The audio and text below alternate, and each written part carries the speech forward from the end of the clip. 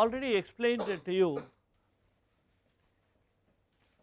to a certain extent how this sand moves in the ocean. But when the sand moves, the physical process we have seen to some extent, but unless there is a kind of a driving force, the sand will not move. There should be something which has to push the sand. So the main driving force behind the sand movement are the radiation stresses. What are these radiation stresses?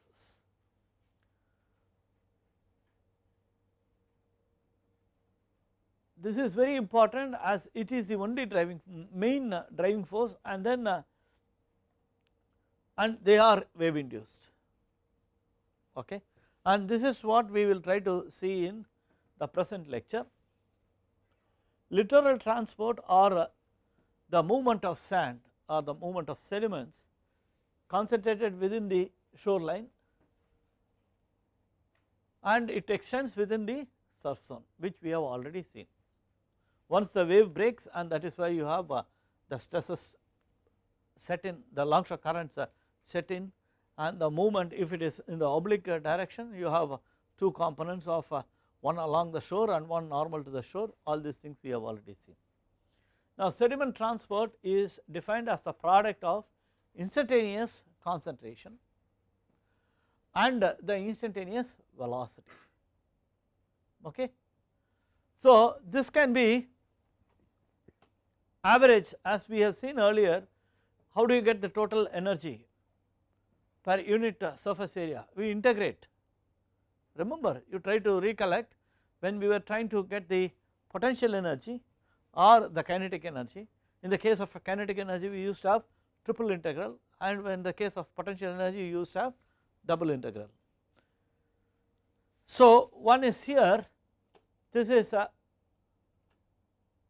integrated from from 0 to h plus eta over the entire depth, including the eta, including the wave elevation above the water surface, above the still water. So this is eta and this is your HRD, okay. So where here S is the sediment transport rate expressed in meter cube per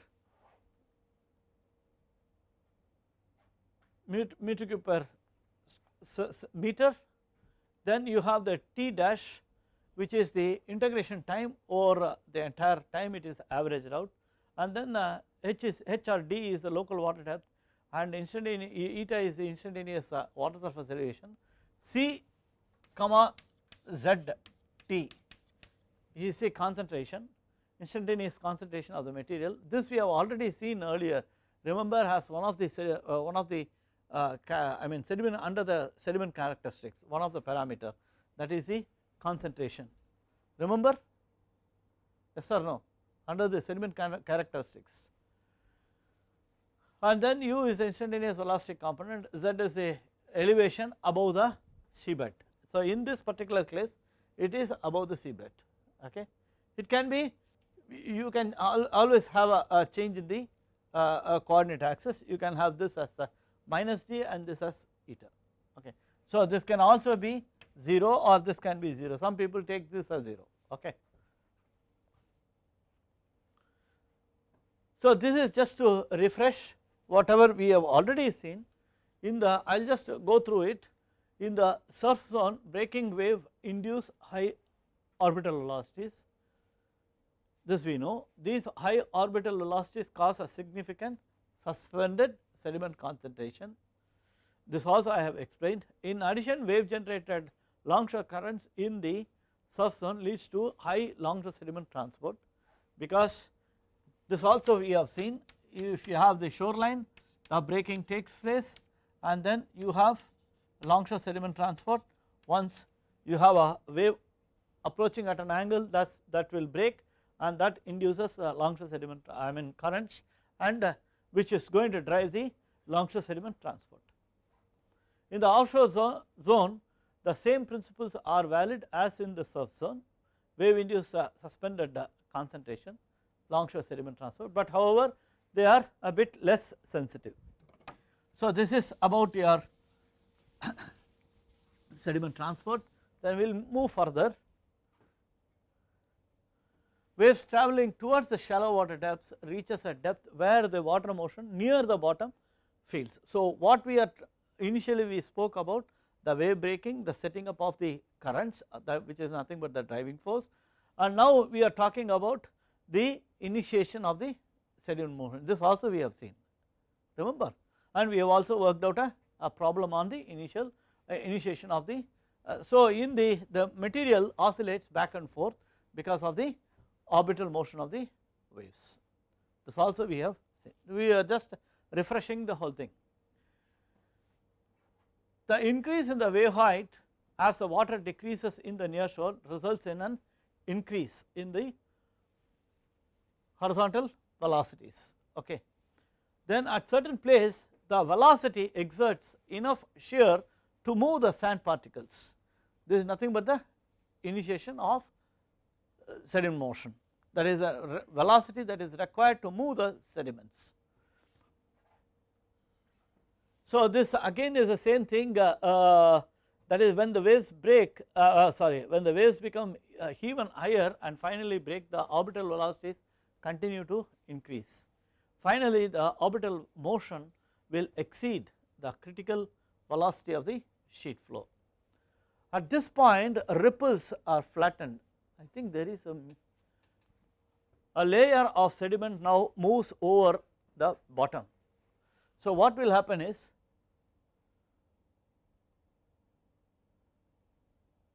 give me the group ID.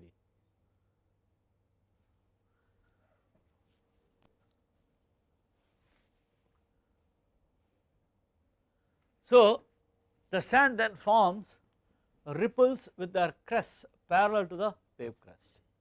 Okay. So as you can see here, initially this is how the ripples are formed. These ripples are typically uniform and periodic, and the sand moves from one side of the crest to the other with the passage of each wave. Okay. Then when the waves become even higher and finally break, the orbital velocities continue to increase. Finally the orbital motion will exceed the critical velocity of the sheet flow. At this point the ripples will get flattened to some extent. A layer of sediment then now moves over the bottom. So it moves over the bottom, and high suspended sediment concentration will be the result. Some of these sediments will get picked up depending on the sediment characteristics as well as the wave characteristics, it will get picked up, and the characteristics also allow them to get distributed over the depth. So the process which are involved in the sediment motion can be divided into the following three categories. One is the forces that are responsible for the generation of longshore current, and this is what we are going to look into in this today's lecture. Then the sediment sources. Sediment sources, of course it can easily be determined, whether there are any rivers, okay, and mostly it is rivers or maybe some from hills or some sand dunes, etc. Then finally the transport mechanism. See these are the important categories under which the sediment motion can take place. Now when we are trying to derive the expressions for the radiation stresses, we assume the following, that here in the top view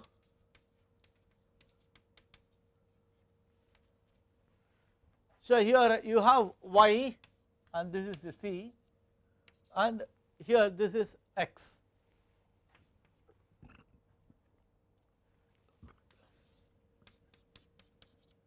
So this is the side view, indicating that this is the beach slope, and in this case this will be z and this will be your y. So, this will be the sea and this will be the land. Have this clear in your mind what we are talking about. So, there is x and y, and these are z and y. The x axis is horizontal and parallel to the shoreline, that is clear from this picture. The y axis is also horizontal, normal to the shoreline and positive towards the offshore. Waves approaching with crests parallel to the coast are therefore travelling along the y axis negative, okay, and x axis therefore coincides with the shoreline, that also is clear. Now, what is meant by radiation stress? This radiation stress, there is a classical paper by Longitt and Higgins, Longitt Higgins, it is a single name, as early as I think it is 1958, and the paper is quite runs into a number of pages, several pages, wherein he discusses very clearly about all these aspects.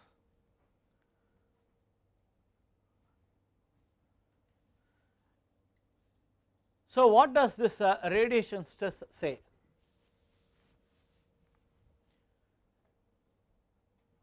I have given, there are some points, just we will go through these points. It is known that surface waves possess momentum which is directed parallel to the direction of wave propagation and is proportional to the square of wave amplitude. Am I right? Wave power. What is wave power? Definition of wave power. It is the rate of change of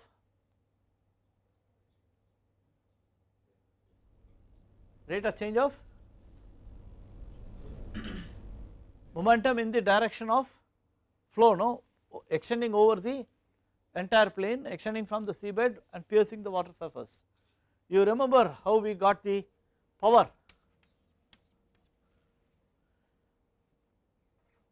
We derived in the same class. So, look at the lecture material on basics of wave mechanics, wherein we have seen about all this. The first point,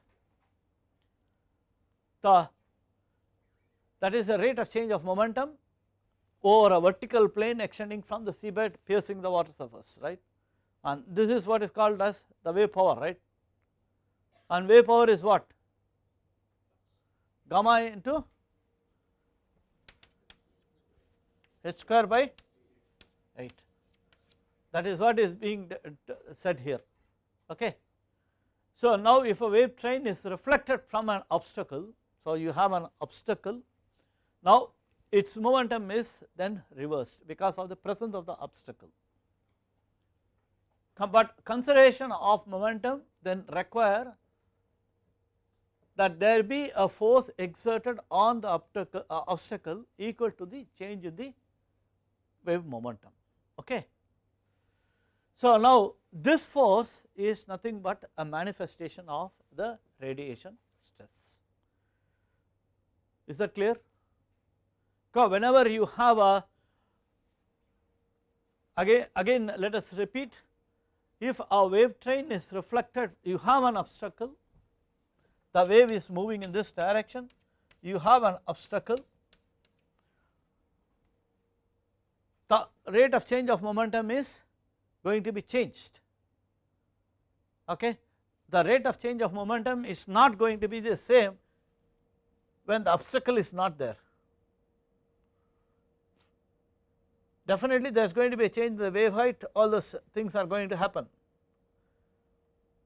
And what is the phenomena which is coming here, because which is going to affect these changes? What are the phenomena?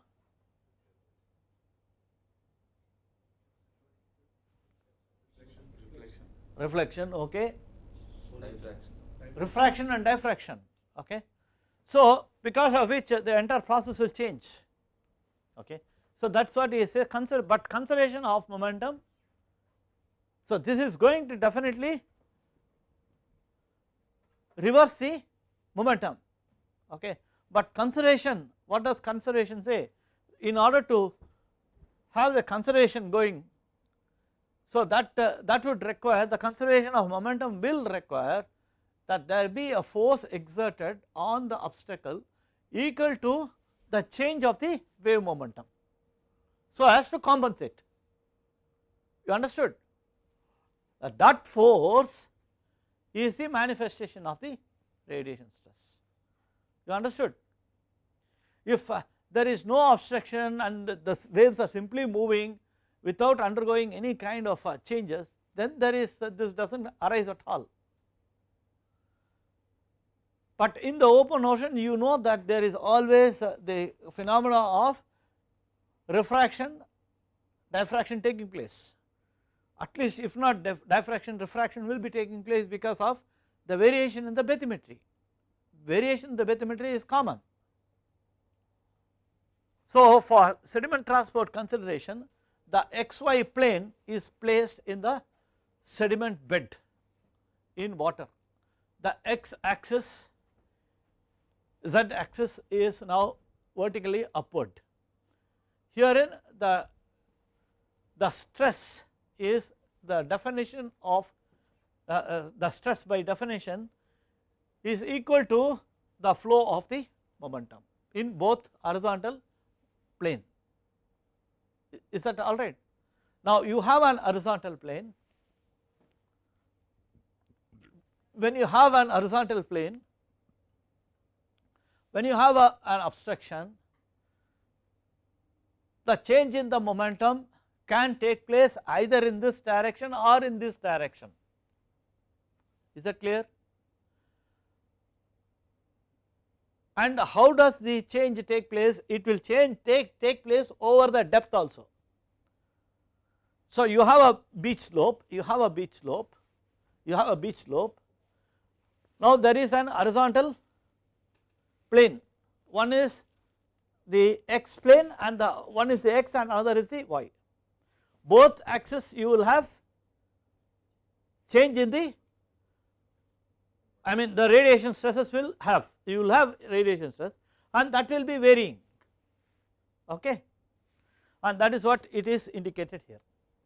Waves influence mean condition averaged in time of the medium in which they propagate. We will see, look into it quickly. The mean effect of the waves can be expressed in extra terms in the mass and momentum balance, because you have a crest and you have a trough. There will be some kind of a residual effect which we will be seeing.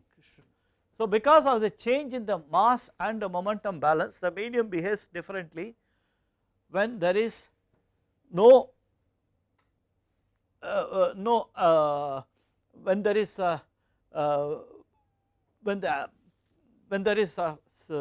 presence or absence of the structure. You understand? So now here pressure under waves fluctuates due to the passage of waves. This we are clear, we know, okay. Now if we assume that the absolute values of the pressure fluctuations under the wave crest and the wave trough are equal, which is of course questionable. Can you have exactly in the sense it has to be h by 2 100% sinusoidal? That is very difficult to have. There is always a kind of a difference in the pressure when a trough is there and when a crest is there, okay. So now that is what is being discussed here. there will be still a net effect caused by the increased pressure acting on the increased area under a trough under a crest, and the reduced pressure acting on a reduced area under the trough. Now this is clearly explained with this help of this picture. So when you have the pressure, this is the hydrostatic pressure and this is the increased pressure due to the presence of the crest, and when a trough goes, this is the difference in the pressure decreased. Okay. So now, so this is on the left side you have under the crest, on the right side you have under the trough. So the mean values of the pressure fluctuations integrated over the volume over the entire depth will not be 0, understood, and it will have a positive value because there is an increased pressure when a crest is moving. Is that clear? So the positive value of the integrated pressure fluctuations, so when you integrate the pressure fluctuations over the entire depth, that will be one part of the radiation stress, that is integration of the pressure fluctuations. Another contribution is said to be by the non-zero integrated velocity fluctuations similarly. So this was reported by one Badges in 86, and most of this information which I am discussing is from Netherlands, that is from Technical University Delft, where they have done a lot of work on the variation of radiation stresses, etc.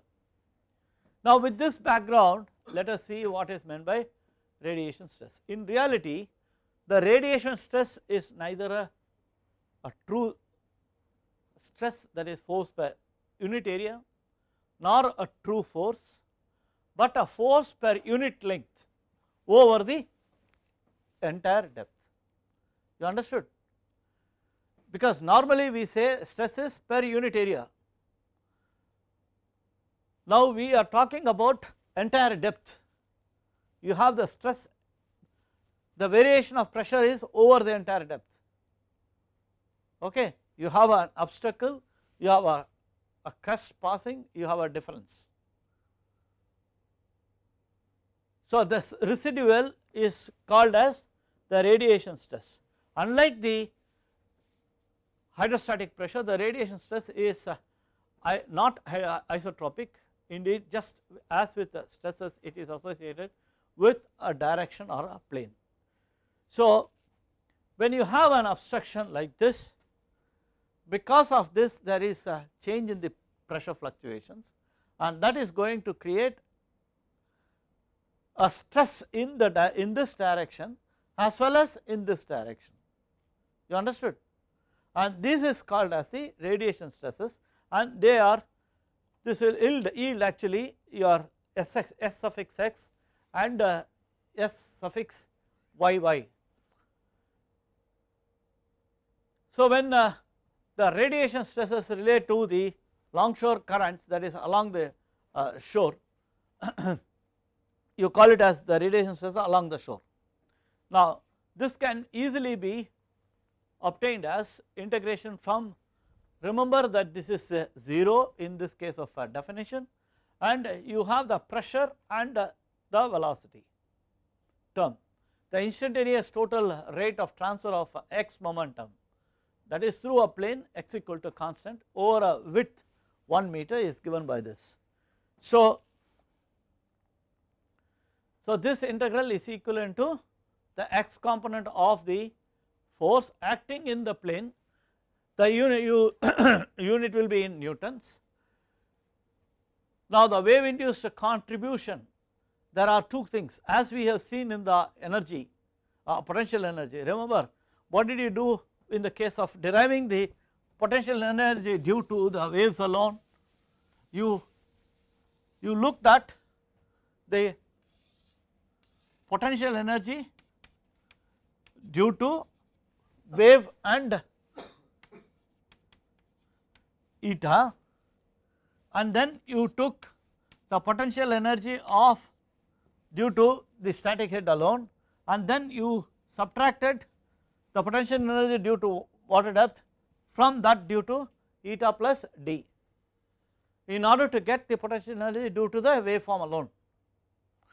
In the same way we are trying to do here, wherein you have one as your P plus rho b, that is the dynamic component which is going to vary, and then you also have P naught which is going to be the static component, and that static component can be expressed as shown here.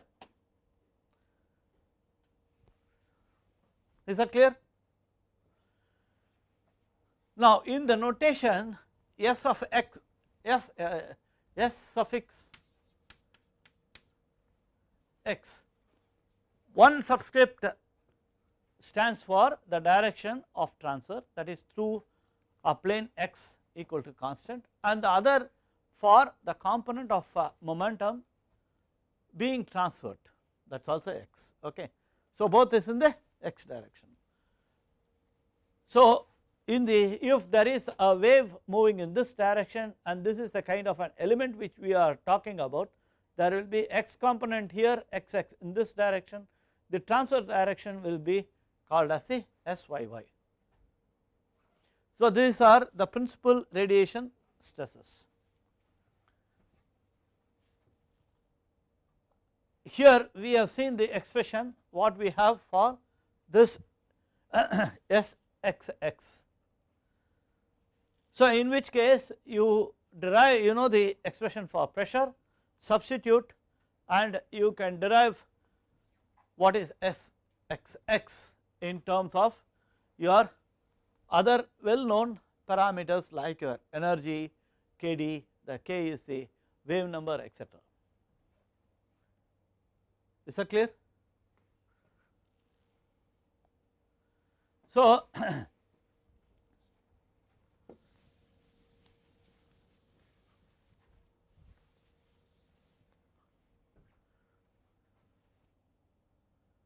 so you look at here, this is a well known, all these things are well known to us. So energy is this much and N is also known to us, and N is nothing but the ratio between the group celerity and the celerity. So you can modify this or simplify this as Sx equal to this expression given by equation 9, straightforward solving that expression.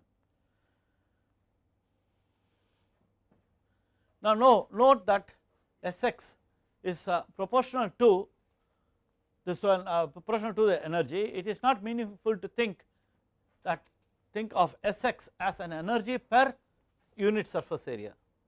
When we looked at the energy is what?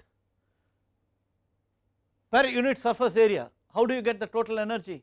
You integrate over one cycle, both with respect to length and time, and we say that it is energy per unit surface area, and that is what it is being recalled here. Its physical meaning is that a rate of change of momentum transfer per unit width or a force per unit width, that is Newton per meter, because you are having at different elevations, right. So the later form is often convenient and it is quite useful for practical purpose. So computation of the second principle, the first one is in the x direction, you do the same type of analysis, this will, you will have SYY. If some of you are very much interested in knowing this details, it is not so easy, but it is not so difficult also. So you can refer to some of the references, and the material which I have taken for the radiation stress is from a lecture material which is given as a reference at the end of this chapter, and this entire chapter will be made available to you. Okay. So we can certainly prove that for a sinusoidal wave SYY can again be proved to be equal to that expression given by Levin, and you have the usual approximations, that is for deep water waves.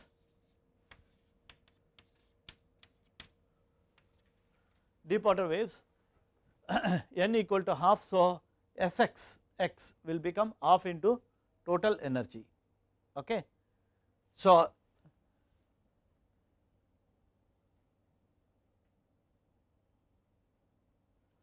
Sx is equal to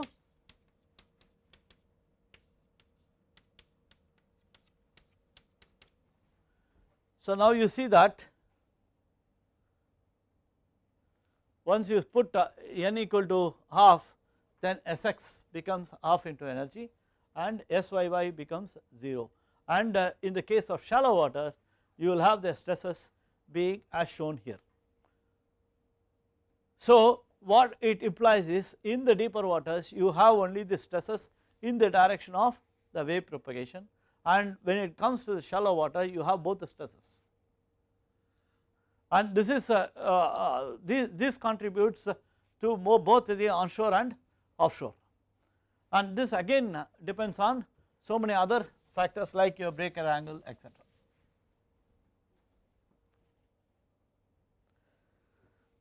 So factors affecting the radiation stresses, the most important factor is the wave height via wave energy.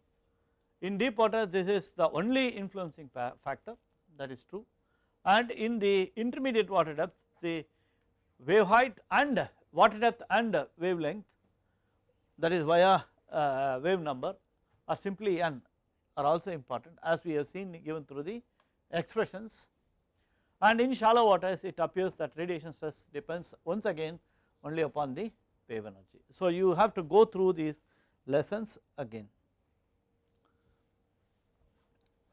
Again continuing, if you consider a small area as indicated here, you have the, if the wave conditions and the depth at all 4 planes are identical, then you have radiation stresses this side and countered by this side, and similarly countered by this side for this side. So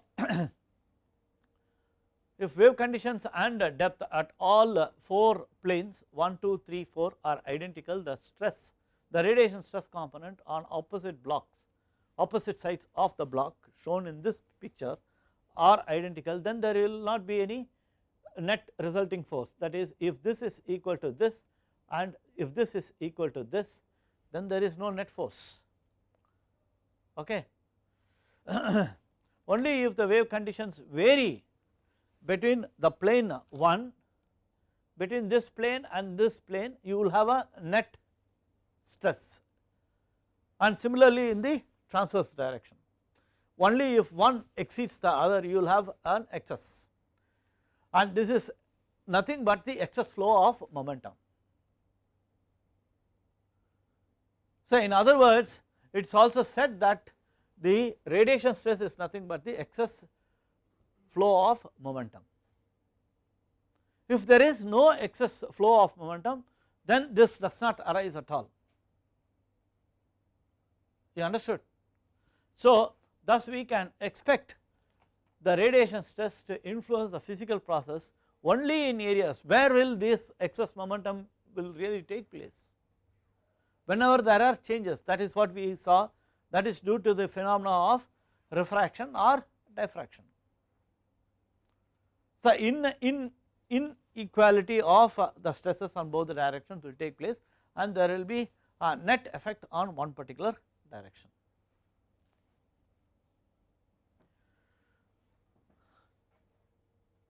So if you still have any doubts on the radiation stress, I suggest you have a complete discussion is available in many of the textbooks on coastal engineering. You refer to several books. See, coastal engineering manual also is there.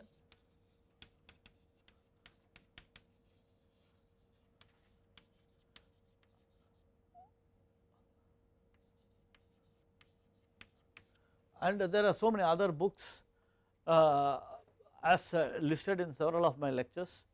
So you can refer to any standard book, and if you want to have a complete description starting from real fundamentals going up to the complete understanding, the best paper is the first paper that has come, that is Longitude-Giddens paper on radiation. Just to Google it as radiation stresses by Longitude-Giddens, you are bound to get a number of, or even just put ocean wave radiation stresses. You should be able to get a number of articles through which you can get some additional information, as because I cannot devote the entire lecture on entire subject just on radiation stresses. So I have just introduced you the some salient features of the radiation stresses. Have you copied? But I suggest additional reading. So now let us look at this problem. So there is given beach slope is given,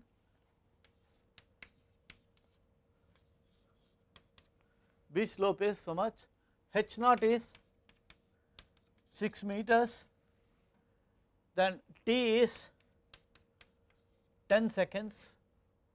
Now what we want to get is evaluate variation in h, E both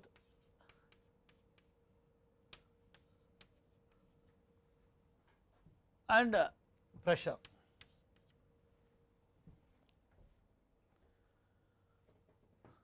Okay. So this variation of wave height already we have done. Do you remember under wave deformation? So first you calculate the subsimilarity parameter as given here, m is equal to m divided by square root of the wave deep water wave steepness. So that is going to be so much. Then you know the formula for calculation of the breaker wave height. So this is the formula for breaker wave height, where h naught is equal to 6 meters, L naught is equal to 156 meters, because t equal to 10 seconds. So L naught equal to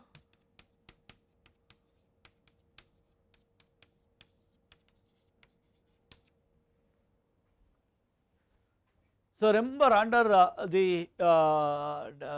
the deformation, under the breaking, how do you take the beach slope into account while calculating the breaker depth or the breaker wave height? We have two parameters as indicated here. Gamma, that is the breaker index, which is the ratio between the deep breaking wave height and the breaker depth, is said to be B minus this factor, where A and B are given here in terms of slope. You remember this equation? It is given clearly in Dean, in the book Dean and Dalrymple.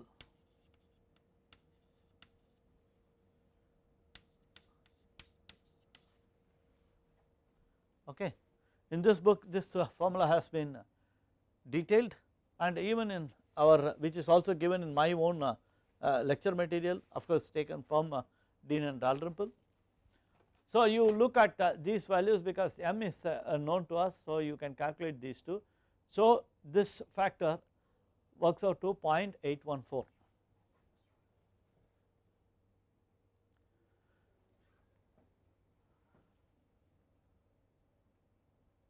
So HB is already known to you. HB is now computed as 5.4, and now you have gamma as 0.814. We use simply gamma as an empirical coefficient as 0.78, you remember, but now you see that there you also have a formula which gives this breaking index in terms of a beach slope. Okay. So, y is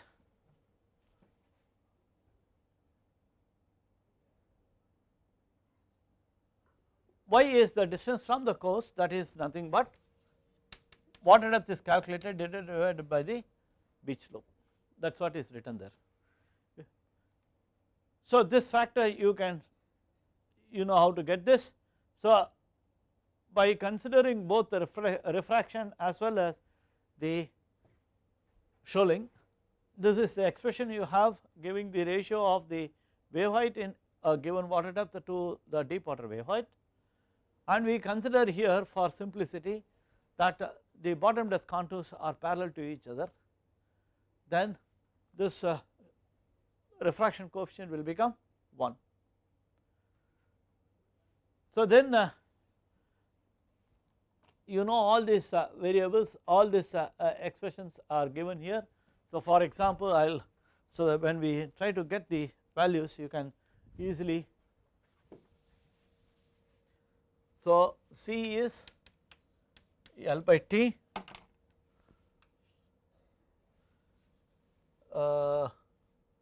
then E is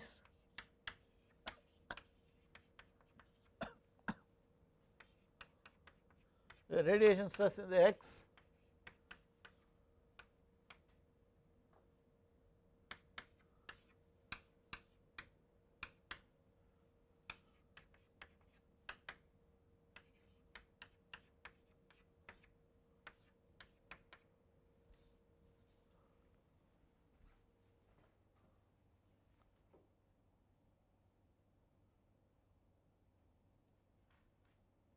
so you have all those equations there.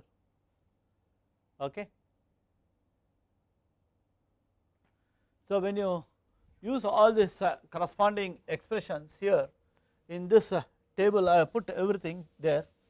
It's a, so let me explain here. So, we have taken the distance y from this expression which I have indicated earlier. So, the water depth is given here in the second row, d by L naught, calculated d by L, then kd, wavelength is calculated here, n is also calculated, you know the formula, h by h naught prime, h naught is given here, then h can be calculated for corresponding to each of the water depth given here, and then h by L, and then this also has been done. Up to this we have done earlier in our wave deformation class, remember. So, only thing which is coming into additional as the Sx and your Syy and the pressure, and all these things are given here. Now, this is the location wherein you see that at d equal to 7 wave breaks as the value h by L is greater than, as h by L is greater than this one. Okay, that is the point, this which we have already seen. Now, when we plot the values, that this is the variation of the wave height with the water depth. So, look at the variation, and anyway I will the lecture material will be available to you. So, you can have a detailed inspection of the results, and this is a variation of your Sx as a function of water depth. So, you see the as it reaches the shallow waters, the Sx increases drastically, okay, and the breaker depth is indicated here. So, and near the breaker depth the stresses is really very high, and similarly your Syy, that is the other in the x in the yy direction. So, you see that these are the two stresses which are going to serve as the driving force for the generation of the currents within the, mostly concentrated within the surf zone. So, in order to, why we are calling them as driving currents, because see they are the stresses which are very close, which are maximum near the breaker line, and once the waves break, all the stresses set in and try to generate the currents. You understood? and this is the variation of pressures. So, this is the lecture material. This is a classical because I refer to so many material. I thought this is the material which has been very nicely dealt with on explaining the radiation stresses. So, I will try to send this material as quick as possible, so you can verify all these things. Okay. Any doubts? So, we have looked at the radiation stresses which are the main factor or the main driving forces for the Longshore currents. So, after this we have to get into how the Longshore currents are determined, how the Longshore sediment transport are estimated, and how they are calculated, etc. So, that will, and why we are doing this already we have seen through the past lectures.